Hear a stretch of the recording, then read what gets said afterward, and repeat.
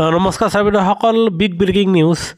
য'ত চৰকাৰী কৰ্মচাৰীসকলৰ 3 মাহৰ দৰমহা মোকলাই দিয়া হৈছে। হয় চাবিদসকল, আপোনালোকে ঠিকেই শুনিছে। এই ক্ষেত্ৰত আমি আজিৰ এক শেহতীয়া খবৰ লৈ আহিছোঁ। এয়া আপোনালোকে চাওক, স্ক্ৰীণত চাবলৈ সক্ষম হৈছে। এয়া চাব, তাৰিখ দিছপুৰ 17 তাৰিখ 3 মাহ 2025 তাৰিখ, মানে আজিৰ শেহতীয়া জাননী।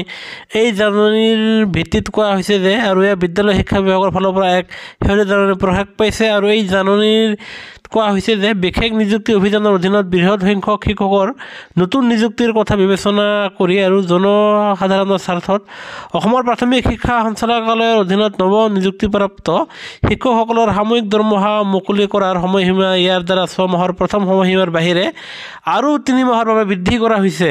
সেয়েহে কোষাগাৰ বিষয়াসকলক এই অধিসূচনা মানি চলিবলৈ আৰু নতুনকৈ নিযুক্তি পোৱা শিক্ষকসকলৰ দৰমহা আৰু 3 মাহৰ বাবে মুকলি কৰিবলৈ নিৰ্দেশ দিয়া হৈছে। আপোনালোকে শেষৰ লাইনটো চাব যে, এই নতুনকৈ নিযুক্তি পোৱা শিক্ষকসকলৰ দৰমহা আকৌ 3 মাহৰ কাৰণে মুকলি কৰি দিবলৈ নিৰ্দেশ দিয়া হৈছে, যাৰ ফলত তেওঁলোকে আকৌ 3 মাহৰ দৰমহা একেলগে পাবলৈ সক্ষম হ'ব। সেয়েহে এয়া কৰ্মচাৰীৰ কাৰণে নিশ্চয় ভাল খবৰ। সেয়েহে কৰ্মচাৰী পেঞ্চনাৰৰ প্ৰত্যেকটো সৈতে সৰবে আমাৰ চেনেলটো নিশ্চয় লাইক এটা দি ভিডিঅ'টো শ্বেয়াৰ আৰু ছাবস্ক্ৰাইব কৰিবলৈ নাপাহৰিব।